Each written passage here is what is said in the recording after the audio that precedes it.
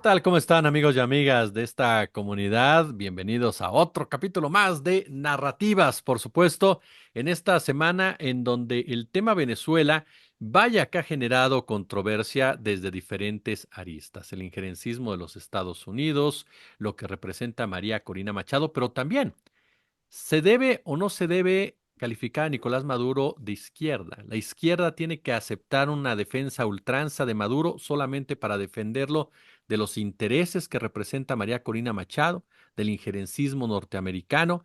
¿Cuál es el papel que debe jugar la izquierda? Hay que recordar que ya personajes como Andrés Manuel López Obrador, como Gustavo Petro, como Lula da Silva, quienes son considerados hoy por hoy referentes para la región en materia de esa ideología política, fueron tajantes. Hay que transparentar la elección, hay que dejar que los votos se cuenten, pero se tiene que transparentar de una forma u otra para darle certidumbre y respeto al voto ciudadano. En fin, son puntos que están ahí sobre la mesa y que hoy por hoy siguen generando polémica. Y lo vamos a platicar a fondo, por supuesto, con mis queridísimos y admirados figuras de figuras. Mi querido Ricardo Valderas, ¿cómo estás? Querido Jesús, querido Federico, muy contento de compartir como cada sábado este espacio con ustedes. Un abrazo a nuestra audiencia. Fede Bonazo, ¿cómo andas? Un gustazo saludarte, Jesús querido, agradecerte como siempre que nos des cabida para pensar en voz alta en el espacio que tú has construido, al querido Ricardo y a toda la banda que los sábados nos hace el enorme favor de dedicarle un tiempo de su vida a este programa de narrativas. Como verá, amigo y amiga de la audiencia, venimos los tres muy ad hoc el día de hoy para el sábado. Oye, pues comenzaría contigo, querido Ricardo, y para ponerle la cereza en el pastel. ¿Cómo entendemos al régimen de Nicolás Maduro en la discusión de la izquierda latinoamericana? ¿Se vale defender a Maduro o qué se está defendiendo de las elecciones venezolanas cuando se esgrime precisamente a favor de este régimen o se esgrime a favor del resultado que beneficia a Maduro? ¿Qué se está discutiendo desde la óptica de la izquierda en las elecciones de Venezuela? Desde la óptica de la izquierda, el poder siempre se cuestiona. Esto es un hecho incluso teórico, por eso es la teoría crítica, ¿no? Es decir, se observan los fenómenos socioculturales a través de la visión crítica. Y esto no desacredita, evidentemente, los favores que hace a la sociedad la práctica de la política izquierda. Simplemente ponen un margen equidistante entre las necesidades de una sociedad para desarrollarse y las apuestas que tienen los partidos políticos de izquierda. En esta discusión que me costó mucho trabajo centrar debido a lo complejo de lo que estamos analizando, yo solo podría decir qué falta nos hace Carlos Monsiváis en esta discusión. Carlos fue muy categórico en una entrevista que da en Chile, en donde le preguntan sobre el movimiento del 68, le preguntan su postura política, también se lo hacen en una entrevista en España, en donde aparece esta popular frase en donde dice yo siempre voto por la izquierda. Pero además, él argumenta respecto a la discusión que ocurría en ese momento, que era la de Cuba, que uno de los grandes errores de la izquierda fue no reconocer que había una dictadura en Cuba, así como la había en Estados Unidos. Es decir, una realidad no era ajena a otra y las necesidades de la población tenían que estar en el centro de la discusión, no los partidos pueden tener prácticas de izquierda y de derecha, asumirse dentro del plano cartesiano político en una postura política, el plano cartesiano, eje X, eje Y, en donde te ubicas dependiendo de las prácticas sociales y culturales que estás impulsando desde tu plataforma política. Y, por ejemplo, Estados Unidos ha tenido prácticas de izquierda, como el rescate al sistema económico con el dinero del erario. Esto es una práctica muy común en China, por ejemplo, ¿no? En la China como poscomunismo, que ahora tendrán su modelo que podrá tener prácticas de izquierda, prácticas capitalistas, porque los modelos económicos y los modelos políticos se cimentan en justo este tipo de estructuras. No existe un ejemplo de un país en donde verdaderamente podamos definirlo como comunista, pero partiendo de un periodo postcapitalista. Por eso no podemos tener la reflexión respecto a si Nicolás Maduro, si incluso Andrés Manuel, verdaderamente van para el comunismo que tanto les da miedo a muchos teóricos y opinócratas. Entonces, en esta dispersión de ideas y en este escenario tan complejo, resulta necesario ser categóricos con algunos criterios que creo que podemos abordar. El primero es la discusión de los derechos humanos, que es relativamente nueva en términos de geografía política, que ya tenemos un común acuerdo, que es algo hacia donde queremos avanzar. En ese sentido, la práctica de defensoría de los derechos humanos, el gobierno de Nicolás Maduro simplemente no lo ha hecho bien. No lo ha hecho bien porque no hay derechos civiles para las minorías sexuales, no hay derechos civiles para las mujeres, o si los hay, están limitados por regiones, por estados. El proceso en el cual también están alejados del sistema económico global, es decir, las multas o los embargos económicos que están instaurados desde Estados Unidos a esta nación colombiana, impiden otras prácticas como la de la garantía a la seguridad social. Le comentaba a mi pareja, por ejemplo, la última vez que yo estuve en Caracas, me comentaban unos amigos que para poder ir al gimnasio por ejemplo, estimular con proteínas, tenían que alimentarse con croquetas porque era el alimento con mayor concentración de proteínas, ¿no? Esto en un escenario regular puede ser alarmante para muchas personas, pero es la realidad de muchas otras. Y esto es lo que está haciendo la derecha en Venezuela, es decir, oprimir económicamente tanto a las naciones al grado de simplemente no poder abastecer necesidades que si bien no son básicas, deberían estar cubiertas en la regularidad de las personas. Esto no ocurre así. Entonces, ¿qué es lo que creo? Que la ruta que tomó Brasil, México y Colombia es la adecuada, es decir, ellos se asumen como los presidentes de izquierda de América Latina, ellos no están interesados en el petróleo de Venezuela y como interlocutores en un escenario global en donde exigen herramientas, digamos, tangibles para la medición de las elecciones en términos generales, porque las elecciones en ningún país son púlcaras. Esto de que no se roban elecciones en Estados Unidos también es una falacia. Esto de que no se roban elecciones en Europa es una falacia. La cosa es que no se la robaron como la derecha quería, y entonces está la crítica internacional, particularmente de la OEA, que es muy preocupante, porque, por ejemplo, tenemos el caso de Luis Almagro, ¿no? El titular, que de verdad me parece terrorífico lo que está ocurriendo desde la Organización de Estados Americanos, porque su representante, que debería de estar velando por aquellas categorías de las que estaba hablando, es decir, los derechos humanos, la violación de los derechos humanos, y rompe con esta tradición para impulsar una especie de intervención global a través de los sistemas punitivos internacionales, al grado de decir que ante el baño de sangre en Venezuela por las elecciones, era necesario meter preso a Nicolás Maduro. Sin embargo, cuando ves las otras declaratorias de los verdaderos baños de sangre, como el genocidio en Gaza, simplemente se dedica a decir que está muy mal lo que hace Hamas con Israel. Es decir, allá no le parece un baño de sangre, no le parece que Netanyahu deba de estar preso por crímenes de guerra, por crímenes de lesa humanidad, violentando todos los derechos humanos, tanto de las personas de la diversidad sexual como de mujeres, como comunidades indígenas.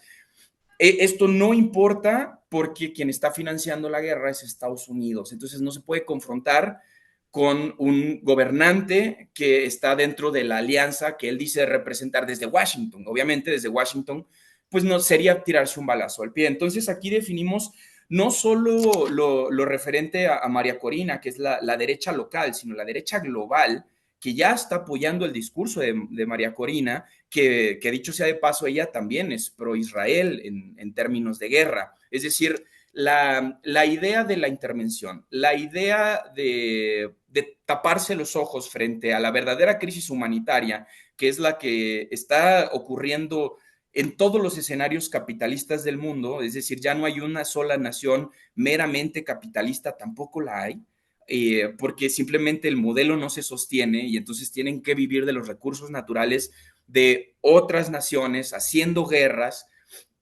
y es por eso que es tan necesario que la OEA, que las Cortes Interamericanas y que toda la comunidad internacional ponga los ojos sobre Venezuela, porque también sirve para distraer que ya llevamos más de 300 días de guerra en Palestina, en donde ya hay más de 40,000 acribillados que no son, digamos, estos casos como los que ocurren en Venezuela. Y esto no quiero que la audiencia y me pueda interpretar con otras palabras, pero me refiero a que yo puedo ver claramente que no la están pasando bien en Venezuela.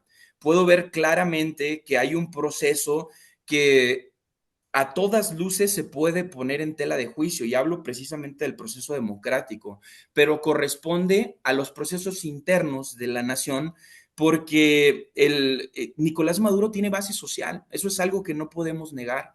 Hay gente que de verdad se siente representada, y simplemente porque esa representación no sirva a los intereses globales, a los intereses de a donde quieren ir todas estas organizaciones internacionales, no lo pondera sobre las necesidades que sí son globales, que son las de la pacificación del mundo. Me parece alarmante que la OEA crea que unas elecciones son mayor materia o materia de mayor atención que un genocidio del que estamos viendo desde septiembre del año pasado, sin cesar, destruyendo hospitales, asesinando niños, violentando mujeres, desplazando comunidad indígena, LGBT, y todos esos derechos que dicen proteger no les importan cuando están, digamos, capitalizando territorio o recurso. Territorio en el caso palestino y recurso en el caso de Venezuela con uno de los segmentos con mayor concentración de hidrocarburos del mundo. Por una parte, la soberanía de las naciones tiene que entrar en las discusiones de estos internacionalistas, y por otra parte, también tienen que abrir los ojos a que tuve una discusión con el que es el director del refugio Frida. Estaba muy indignado porque no dejaban pasar a estos que se asumieron vigilantes electorales, me refiero a Vicente Fox, y decía es que de todas maneras eran observadores, pero a los observadores que estaban legalmente registrados se les dejó pasar, no se dejó pasar a la ultraderecha que iba a generar conflicto, que eran alborotadores de un proceso que de por sí ya era complejo.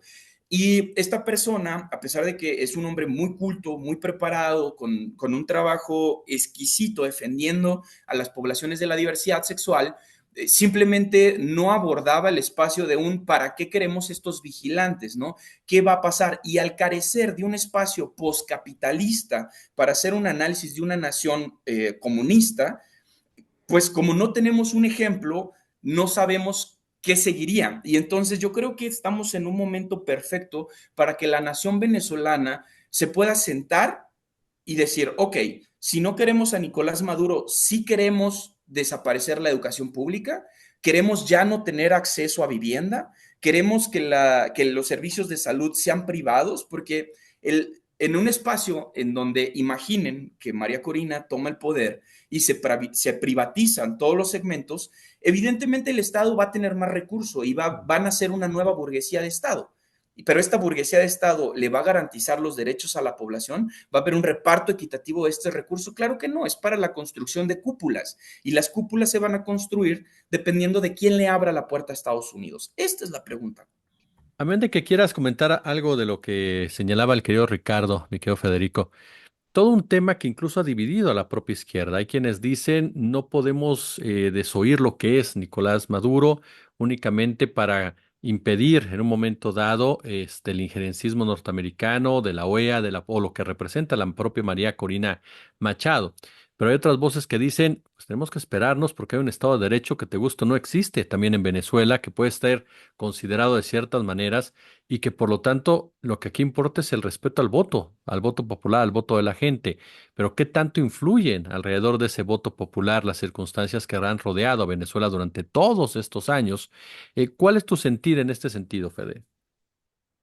Sí, sí, me preguntas por mi sentir, porque mi sentir es de izquierda y mi sentir le lastima que proyectos de izquierda sean siempre atacados con la misma maquinaria.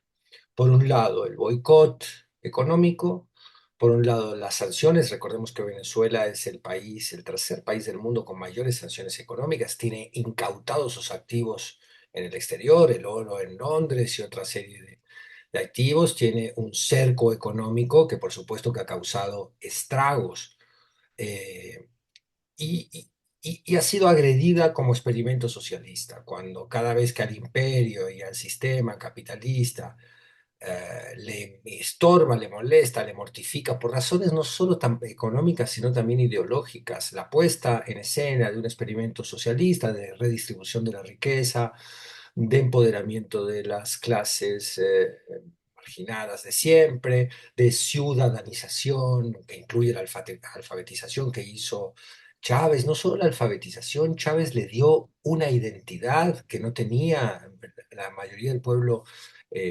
venezolano, les dio una identidad física, les dio una credencial, comenzaron a ser importantes, su voto empezó a contar, es decir, el desafío a la oligarquía rica que había dominado esos países con fraudes electorales, y por eso el sistema electoral venezolano es tan bien diseñado contra fraudes. Ese es un aspecto de este problema, convendría mencionar. Habla de que siempre los poderosos, los ricos, hay mucha gente que se irrita, dice, ¿a quién te refieres tú, bonazo, cuando hablas de poderosos y ricos? Pues a los poderosos y a los ricos, a los que han tenido la sartén por el mango, los que cortan el bacalao, como decía mi abuela vasca, es decir, los que manejan el poder económico y tienen una agenda y una cantidad de recursos, entre otros, el poder mediático, para moldear nuestras instituciones democráticas, tumbar la democracia cuando les estorba históricamente, y como dicen los teóricos políticos de la izquierda hoy, como Juan Carlos Monedero, apartarse de la democracia liberal cuando realmente interfiere esta con sus negocios, intereses de grupo que siempre benefician esto, a 100 familias en Venezuela, a 1000 familias en Estados Unidos, a 15 familias en... Siempre es lo mismo. Estamos hablando de las minorías ricas, de las élites, pero esto es así desde los comienzos, digamos, de la agricultura. Entonces, mi sentimiento es que cuando veo que se agrede a un experimento social, socialista, con experimento no quiero decir arbitrario, sino el intento de redistribuir la riqueza, que después hay que preguntarse, esta es otra de las venas del análisis, si Maduro en efecto logró continuar el proyecto chavista y profundizarlo y despojarlo de sus errores que también los tenía.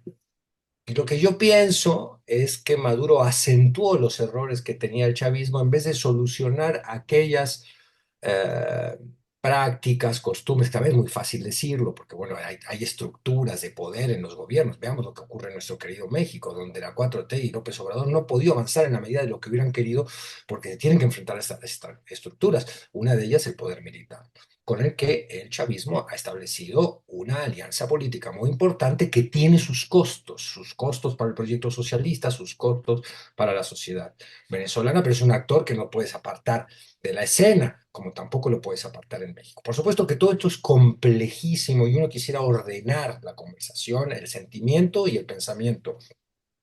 Por otro lado, a ciertas alturas de la historia, uno se empieza a preguntar también si no le causa más daño que bien a los proyectos de izquierda una conducta política como la que hemos visto de parte de Maduro, en el cual él puede justificarlo porque ha sido agredido, como estábamos describiendo, ha sido agredido de manera brutal y directa. O sea, no olvidemos el ataque con el dron, no olvidemos el golpe de Estado a Chávez, no olvidemos el lawfare la irresponsabilidad de una comunidad internacional que quiso instalar a Guaidó, al que nadie le pidió ningún acta, ningún voto, ni nada. O sea, Guaidó era para Occidente el presidente legítimo de Venezuela hasta que esa mentira se desmoronó por imbécil y por inoperante al ratito. No olvidemos todo eso. Entonces, cuando intentamos analizar a Maduro, no lo podemos sacar de ese contexto de agresión permanente, física y de todo tipo. Aún así, uno ve cosas que dice, bueno, estas bravuconadas, este estilo, nada ayuda a comunicar. Tú, esto hablando desde el aspecto narrativo, por supuesto que hay muchísima gente de izquierda, porque a mí la crítica a la derecha la contempla únicamente para ver cómo se están brutalizando estos cuates, pero no me hace ningún efecto a mí en lo que pienso y siento. Cuando la crítica viene de la izquierda, cuando Lula le dice perdón, cuando se pierden las elecciones, uno se va a la casa. Cuando López Obrador dice, bueno, pegamos hasta el final del proceso, cuando Petro, que es un vecino al cual una crisis en Venezuela es lo que menos le conviene en este momento, dice, defendamos la democracia, cuando ves una, no a Boric, abro un paréntesis, no a Boric, que fue profundamente irresponsable al decir que le parecían inverosímiles los resultados el domingo o el lunes en la mañana, después de la elección o el martes en la mañana, acto seguido se fue a darle la mano a los jeques árabes, ahí no le importó demasiado la democracia a Boric. Entonces, dice, no, a ver, tranquilo. Tranquilo, porque esto es alimentar la versión de la OEA, esto es alimentar la versión de Estados Unidos, que muy responsable, irresponsablemente también Blinken ha dicho que el ganador es González en un acto, bueno, ya sabemos, que repite el injerencismo y que hace muy difícil a los que apoyamos la izquierda democrática decir, es que con estos cuates, ¿cómo le haces? ¿Cómo le haces con semejantes poderes hostigándote para no encapsularte y entrar en un nivel de defensa y decir, bueno, ahora yo controlo el Consejo Nacional Electoral? Y ahí empiezan los dilemas de la izquierda. En el caso venezolano, están planteados muchos dilemas que son fascinantes si no fuera por el dolor que esto le puede causar al pueblo venezolano. Hay que decir algo importante. Maduro ha contenido la salida de las huestes chavistas a las calles. Si no lo hubiera contenido, no estaríamos hablando de 10, 12 muertos hoy, estaríamos hablando de cientos de muertos. Maduro, aunque es un bocón y dice cosas que a uno le pueden irritar porque el estilo no te gusta, eh, ha contenido en este momento la salida de las fuerzas chavistas a la calle contra quemas de hospitales, de escuelas y de todas las guarimbas que están afuera, estas unidades paramilitares que tiene la derecha ya, que salen a desestabilizar. Entonces, ahí hay que hablar de responsabilidad del gobierno venezolano en ese aspecto. Luego está el tema electoral en sí. Entonces, se dirime qué tipo de izquierda queremos, se dirime, hay otra pregunta fascinante, pues este programa no nos va a dar para poder resolverlas todas. ¿Qué es la izquierda? En el sentido de, la izquierda tiene un programa de justicia social. El programa es más importante que la democracia concebida como herramienta para llegar a ese programa. ¿A qué voy? A que la defensa a ultranza de la democracia es más importante que la defensa a ultranza de un programa de justicia social. Hay un momento en que entran en conflicto porque las democracias han sido hurtadas por los ricos de siempre. Las democracias no solo han sido hurtadas, como decía Marx, bueno, son sistemas también que defienden a la burguesía, digamos, que están diseñados para que se mantenga el statu quo de las élites poderosas y las grandes mayorías despojadas de la riqueza, de la renta, del patrimonio, de los recursos. Entonces, cuestionar qué tipo de democracia queremos, pero por otro lado, la alternativa a nadie nos gusta. Somos demócratas. Nadie quiere una sociedad donde la democracia sea descartada como mecanismo para una sociedad mejor. Y en ese sentido, cuando pierdes, te vas a casa.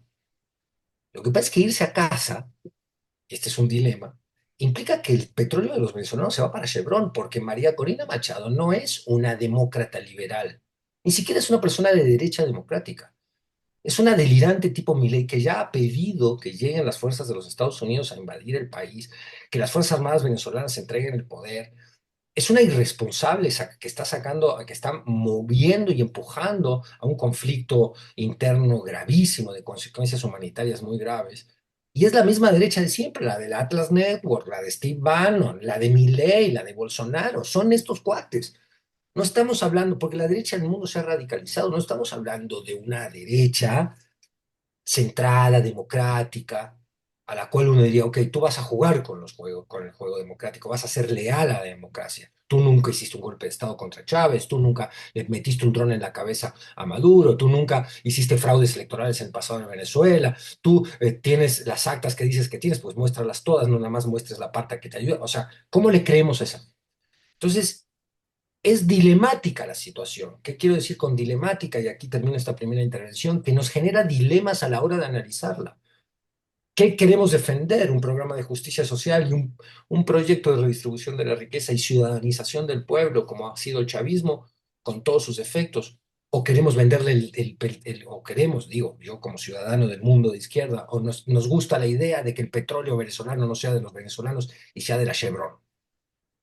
Por otro lado, si defendemos la democracia, y aquí viene el dilema, ¿qué significa defenderla? Y bueno, significa que hay que clarificar bien el proceso, tal cual han, y esto lo decía muy bien Ricardo, han propuesto las tres grandes potencias de la izquierda en nuestro continente, Petro y López Obrador y Lula, han pedido que se llegue a un conteo clarificado, pero también que se tenga paciencia. Son procesos que no se pueden hacer de la noche a la mañana. Tiene 30 días, según la Constitución venezolana, el CNE, el Consejo Electoral, para dar un resultado definitivo. Como está sucediendo también en México, todavía no está calificada la elección presidencial. Serenidad, como ha dicho López Obrador, fuera el gerecismo de la OEA, que el martes ya estaba diciendo que estas elecciones eran fraudulentas. Hablar ahorita, hay una guerra cognitiva en este momento. Es decir, no es nuevo. Históricamente, por supuesto, se ha utilizado la desinformación para generar inestabilidad. Nos podemos ir a tiempos muy, muy antiguos con las famosas monedas, por ejemplo, de Marco Antonio, que creó Augusto para generar en el pueblo romano la idea de que él estaba sometido a Cleopatra. Más para acá el tema de la niña Kuwaití. Ustedes recuerdan que fue a hablar en Estados Unidos de que estaban sufriendo distintos embates de los iraquíes para justificar una invasión. En la segunda invasión, la famosa idea de las guerras de las armas químicas que jamás se comprobó por ningún lado. Es De decir, destrucción masiva, de de destrucción destrucción masiva. Las masiva. químicas fueran con Siria, sí. Al final de cuentas, lo que voy es, siempre ha existido, ¿no? Ese discurso de la derecha para justificar un acto en un momento dado que es completamente antidemocrático. Y aquí estamos ante un escenario que desde antes de estas elecciones se estaba cantando un fraude, que se han utilizado videos, incluso de películas, ni siquiera se ha tenido el cuidado de películas para asegurar que se están torturando a jóvenes que protestaron en Venezuela. Se están utilizando videos de Argentina, por cierto, del gobierno de Milei, para decir que se está reprimiendo a la gente en Venezuela. Entonces estamos, Ricardo, en una guerra cognitiva en un momento dado promovida por la derecha. ¿Qué tanto eso desacredita su demanda de que hubo un fraude en Venezuela? Insisto con lo de que falta nos hace Monsi. Es efectivamente como lo dice Fede, es una discusión dilemática, porque aquí voy a citar a Carlos. Él decía que no puede haber democracia en contexto de represión. Y esto aplica tanto para los videos que sí son ciertos de agresiones de policías a manifestantes en Venezuela. Me compartió uno, por ejemplo, Marcos Valverde de Armando Info, que es un colega al que respeto mucho y al que sé que no es ningún mentiroso, como los hay de otras guerras, incluso hay un video de una presentación de Maduro que aseguran que es un andanaje en barco. Es decir, ya rozan en lo esquizofrénico. Y es tan antidemocrático eso como antidemocrático la represión financiera a la que somete Estados Unidos a Venezuela. Ninguno de los espacios está apelando a una verdadera democracia, al gobierno del pueblo, a Estados Unidos, a la OEA y a esta mujer, Corina, no le interesa el pueblo de Venezuela. A Maduro no le está interesando el pueblo venezolano. Esto es un hecho. Mientras no contextualicemos en palabras mucho más sencillas, eh, porque incluso ahora mismo yo pienso que estoy siendo soporífero. Eh, por favor, avísenme si ya los dormí. No, no, no, para nada. Acabas de lanzar una frase muy interesante. A Maduro no le interesa el pueblo venezolano. Yo sí intentaría disputar ese concepto, pero porque todo esto es muy complicado. Sí, y lo digo en un sentido, el pueblo venezolano también es todo, así como existen diferentes realidades de México. Y si, por ejemplo, con el Tren Maya desplazas comunidades indígenas y pones a la Guardia Nacional a negociar el territorio de las comunidades mayas que habitan la península, no estás pensando en el pueblo indígena que forma parte de México. De la misma manera, al no garantizar los derechos de las poblaciones, de la diversidad sexual, de las mujeres, de las negritudes, porque el gabinete sigue siendo la misma oligarquía de Maduro desde hace muchos años. Entonces, sí está favoreciendo a un grupo, sí está fortaleciendo a su grupo, no, y hay algunos momentos en los que el fin no justifica los medios. No, no puedes usar a las Fuerzas Armadas para reprimir a manifestantes. A eso me refiero. Hay momentos que son prácticas que a lo mejor no te definen como gobierno, no te definen como persona, pero son realidades que pueden coexistir. Puedes defender a algún pueblo, pero ¿a cuál pueblo? Entonces, creo que la práctica democrática abre a una discusión. Por ejemplo, no existe el presupuesto participativo en Venezuela. Tampoco existen modelos de propiedad colectiva. Existen algunos, digamos, terrenos en donde, igual que en Estados Unidos, construyen vivienda para personas en situación de movilidad humana o en situación de calle, pero esto no lo hace, por ejemplo, como un predio colectivo los implementados en México. Entonces, podemos decir que piensa en el pueblo venezolano cuando está defendiendo los derechos de uso del petróleo, podemos decir que está defendiendo el territorio para los venezolanos, pero siempre para su élite. No, no, no, tampoco lo está viendo el pueblo. Sí, sí está sosteniendo una élite burocrática en Venezuela, Maduro. Esto no quiere decir que no se preocupe en abstracto del pueblo venezolano, tienes razón, es bastante discutible y cada persona tendrá su propia visión. De que hay un movimiento fuerte que está solicitando la salida de Maduro, también lo hay, no lo podemos negar. Claro.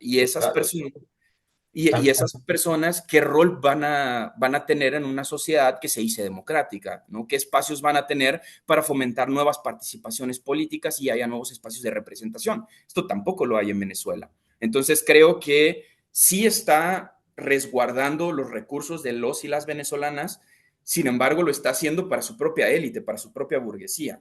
Y esto ya es problemático para el discurso de la izquierda. Entonces, creo que respecto a la guerra cognitiva, siempre la ha habido porque la derecha siempre usurpa nuestros discursos, siempre usurpa nuestras consignas.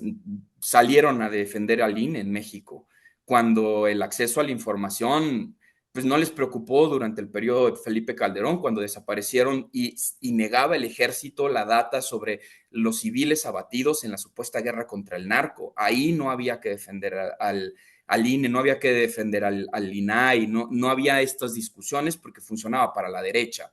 Cuando deja de funcionarles es cuando aparece esta guerra narrativa y claro, a través de todas sus colectivas de financiadoras. Habrá que subdimensionar ciertas problemáticas para sobredimensionar otras. Entonces, Claro. mientras que el titular de la OEA dice que 12 muertes que todavía no dejan claro y que todavía están en estado procesal son un baño de sangre, estamos invisibilizando 40,000 acribillamientos en Palestina. Este es el espacio justo donde dan un salto de fe, en donde ellos creen que nadie se da cuenta, pero está en sus propios discursos. Por eso es importante hacer énfasis en esta guerra cognitiva, que además es narrativa. Creo, Fede, amén de lo que comentabas de si a Maduro le importa o no le importa el pueblo venezolano como tal. Es cierto, en este momento, incluso hoy, por ejemplo, se llevó a cabo una manifestación, ¿no? Multitudinaria, no solamente en Caracas, sino también en otros puntos de Venezuela, en otros países, particularmente Estados Unidos, Miami, a favor de María Corina Machado. Es decir, dentro de Venezuela hay un grupo de personas que están en contra precisamente del chavismo. Y como bien lo señalas, Maduro no ha sacado a las fuerzas del orden a la calle. La manifestación hasta el momento transcurre sin ningún tipo de problemática. Incluso están presentes Edmundo González y María Corina Machado, que se corrió el rumor de que iban a ser detenidos y demás. Lo cierto es que estamos en una rumorología como tal, que la historia nos enseña que lo que busca muchas veces es desestabilizar más allá de generar algún tipo de bienestar o algún tipo para resarcir algún tipo de derecho. Entonces, aquí la pregunta que yo traigo es eso. Cuando tú ves este tipo de manifestaciones mediáticas, por ejemplo, cuando tú ves que a un potentado como Elon Musk utilizar su negocio literal para golpear a un gobierno como tal, estamos hablando ya ni siquiera de un injerencismo de un país sobre otro, sino de las corporaciones sobre el país. Sí, sin duda vemos el injerencismo corporativo en todo el mundo, donde los estados-nación han sido derrotados en sus congresos. Lo dice Bernie Sanders, no lo digo yo. Lo dice el gran legislador demócrata, que es una de las últimas figuras decentes de las que conocemos más, que le quedan al Congreso de los Estados Unidos. Él dice, el Congreso de los Estados Unidos ha sido cooptado por el interés corporativo, particularmente el de la industria farmacéutica y de la industria de las armas en los Estados Unidos, que son dos lobbies poderosísimos, la industria del carbón, por supuesto, y los combustibles fósiles. Las corporaciones avanzan y cada vez tienen más poder. Cuando un tipo como Elon Musk dice, yo voy a ir por el litio allí donde lo haya, y si tengo que apoyar un golpe de Estado como lo hizo en Bolivia, pues lo voy a hacer.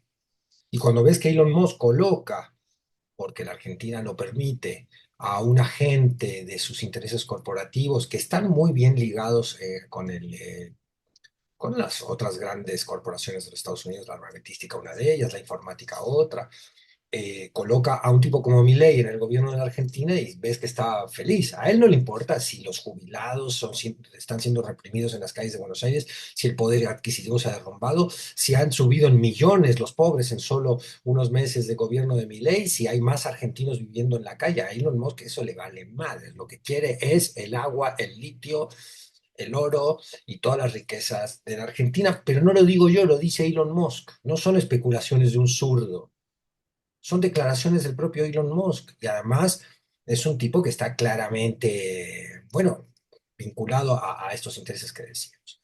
En ese sentido, a veces uno dice, bueno, ahí hay, en Venezuela hay un bastión geopolítico, ideológico de resistencia, que tiene algunas formas que nos desagradan.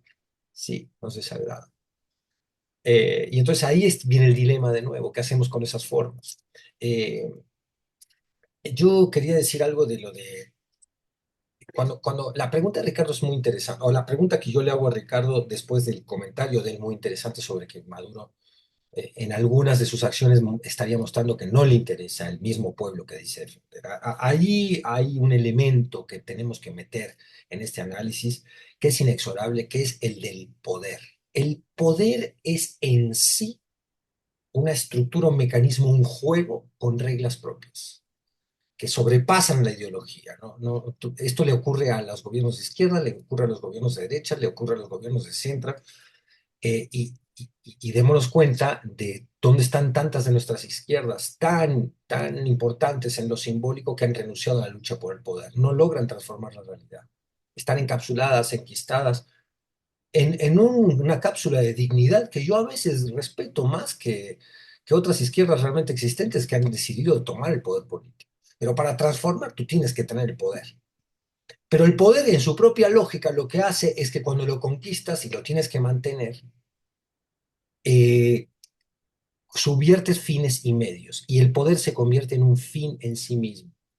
Y entonces ahí se te olvida para qué querías el poder, para transformar para un programa de justicia social. Yo creo que el chavismo y Maduro, con todos sus errores, tienen una agenda de justicia social, que para intentar implementarla han tenido que hacer ciertas alianzas, como pasa con López Obrador en México. A nosotros nos gusta la alianza de López Obrador con los militares, nos gusta la exoneración de ciertos empresarios, nos gusta que le hayan dado la educación a Esteban Moctezuma al empezar el sexenio, nos gusta que López Obrador haya dicho mi amigo a la Torre cuando a la Torre estaba llamando a desconocer las instrucciones de López Gatell. No, no nos gusta, pero entendemos por qué lo hace, porque tiene que trabajar con esos poderes. ¿Para qué?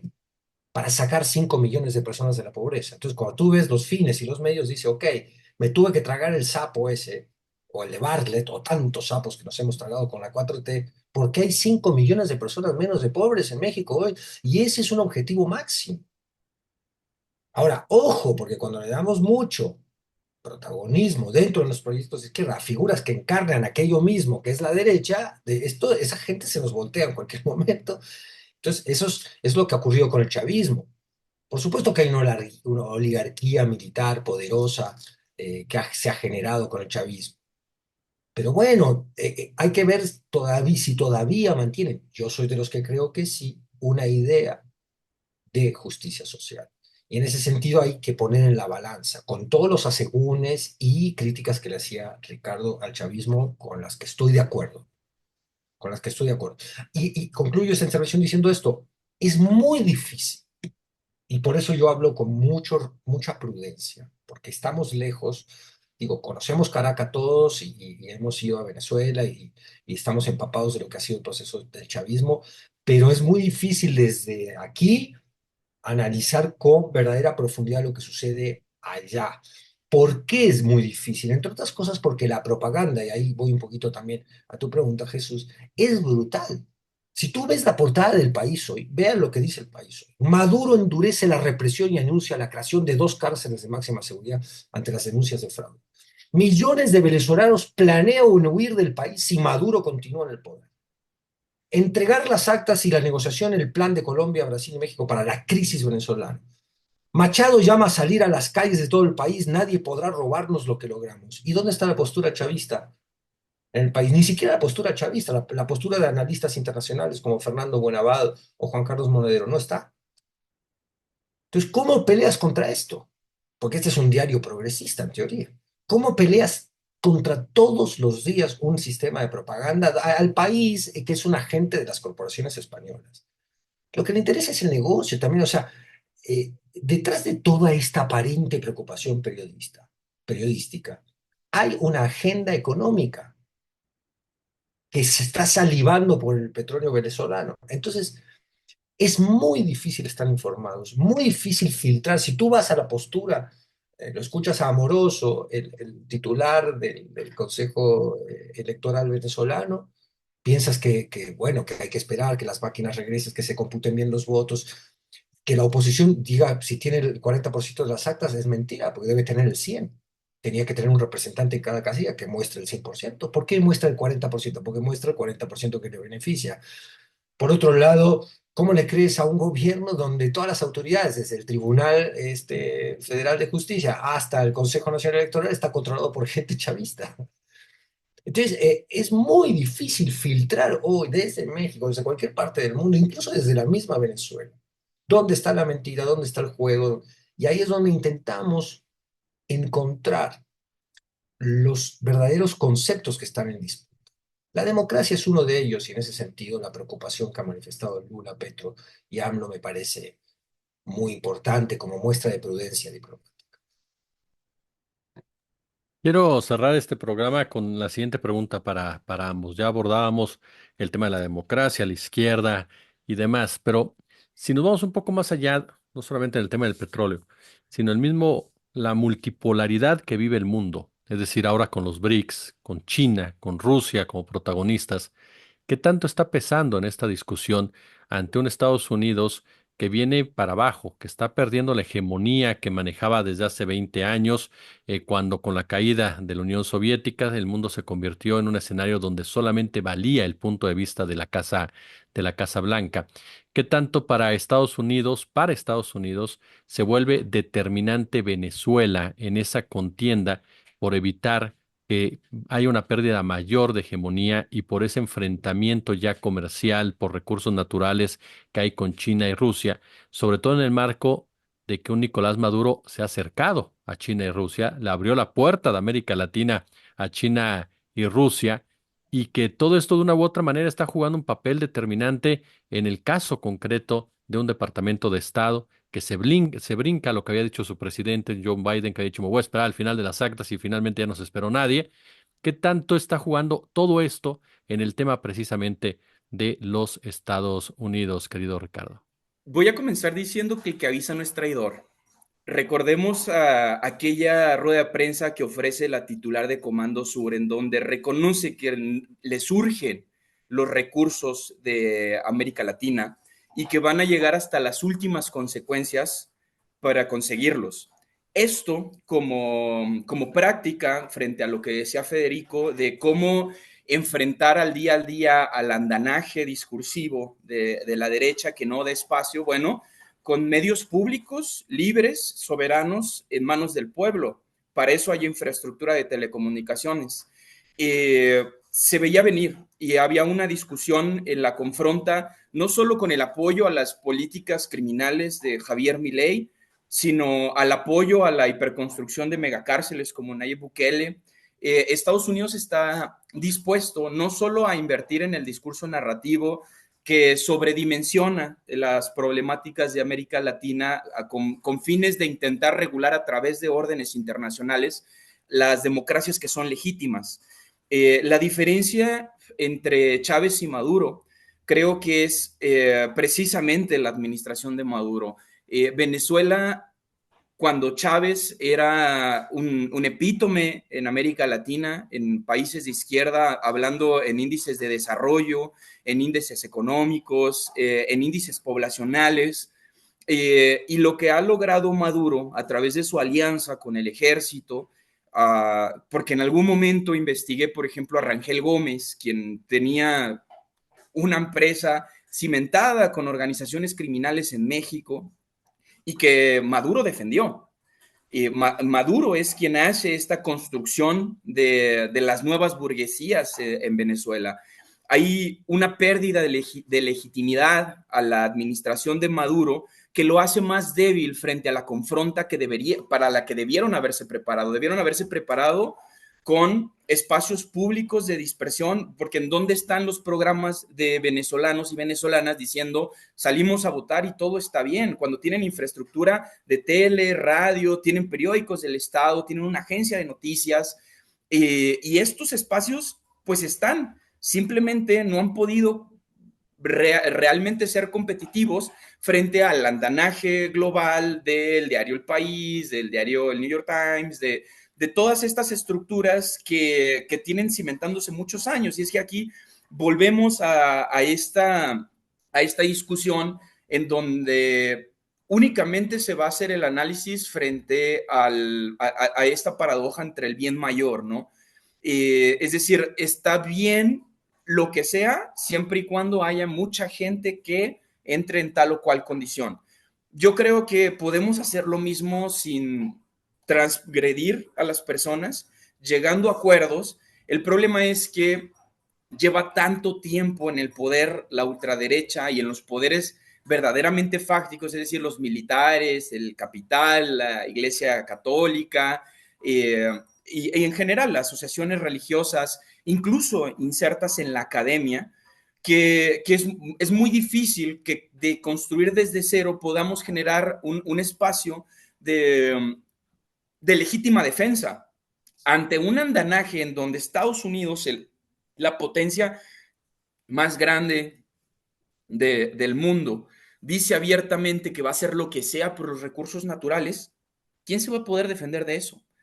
Entonces, estamos negociando entre un no me invadas, pero yo quiero conservar la soberanía de las naciones, pero también tienen esta confronta con las organizaciones de la comunidad internacional que no están de acuerdo, justo enfocados en términos de derechos humanos, porque los derechos humanos pues son el tema ahora, ¿no? Y se está haciendo jurisprudencia internacional a raíz del concepto de los derechos humanos, antes llamados garantías individuales en México, que construyen un nuevo orden. Si queremos hablar de nuevos órdenes mundiales, podemos hablar directamente de lo que se está construyendo desde la comunidad internacional. Entonces, lo que tendríamos que analizar es quién ocupa esos espacios en la comunidad internacional y si es la comunidad internacional la que realmente está abriendo un espacio de discusión que no se centre solamente en el bienestar del norte global.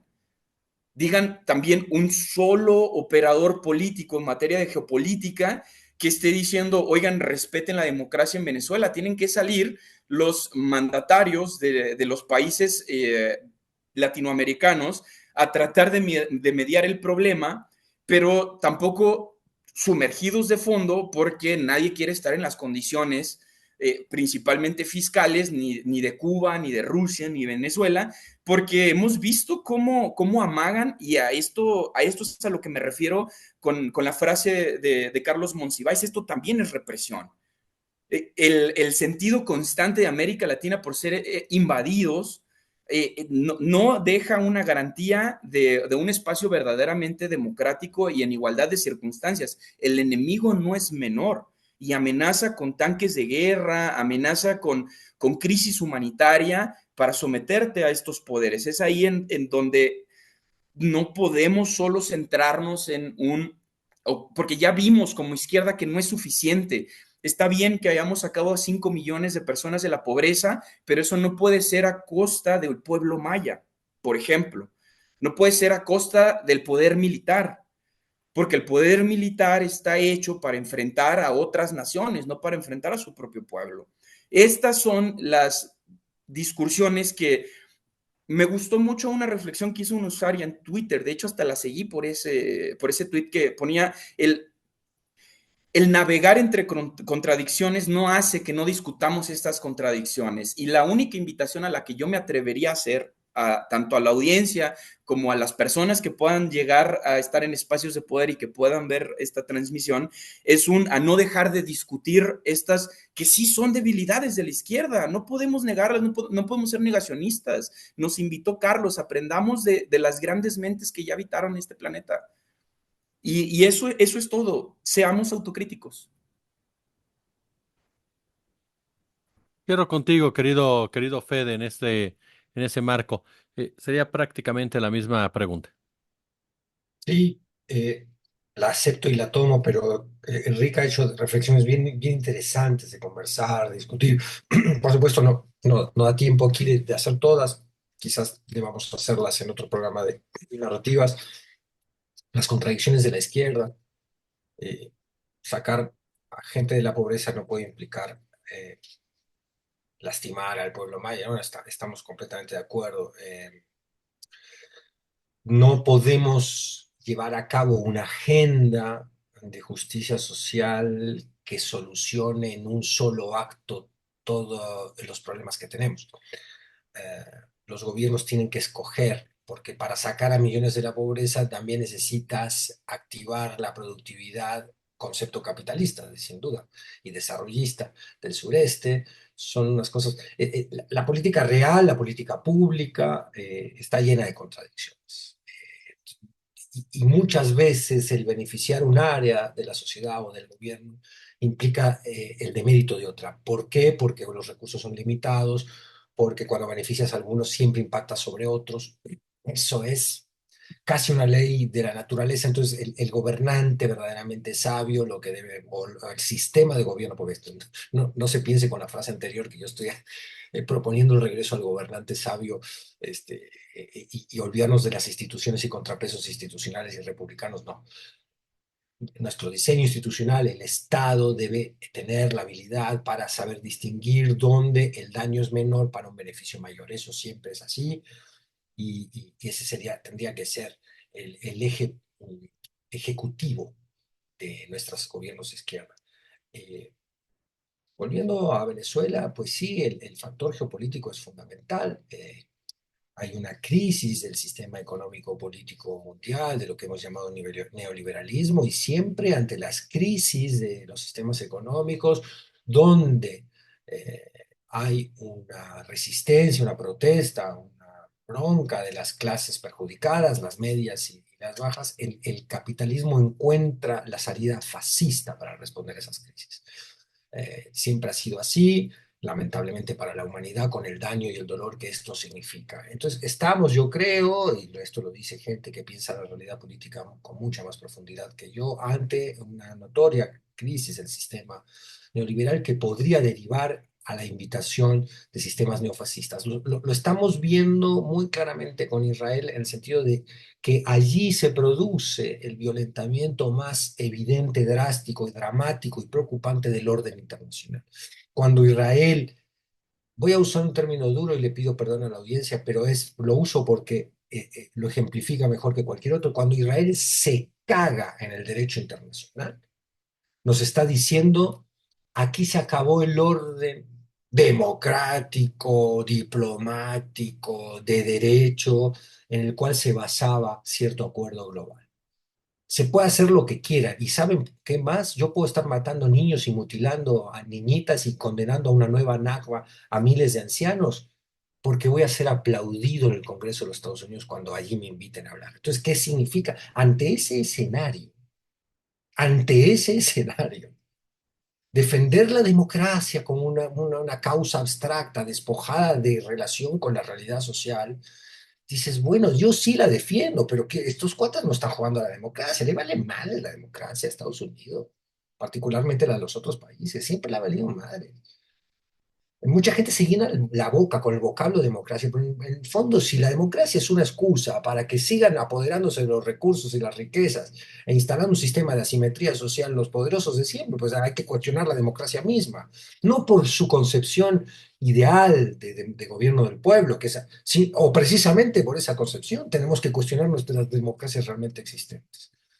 La democracia liberal está en riesgo y los que la han puesto en riesgo es la derecha, no la izquierda. Netanyahu la pone en riesgo, Bolsonaro la pone en riesgo, Pinochet la puso en riesgo drásticamente, Trump la pone en riesgo, Milei la pone en riesgo, María Corina Machado la pone en riesgo. No la pone en riesgo, bueno, digo, Cuba es un caso muy especial porque renunció a elegir presidente, pero hay muchos elementos democráticos en la isla que mucha gente desprecia y considera que son inexistentes. En fin, Cuba misma es para todo un problema. ¿Qué quiero decir con esto? Que estos cuates que han despreciado la democracia me vengan a decir que ahora les preocupa porque Venezuela. Si te preocupa la democracia, no hagas pactos con Arabia Saudita, compadre, con las monarquías machistas asesinas.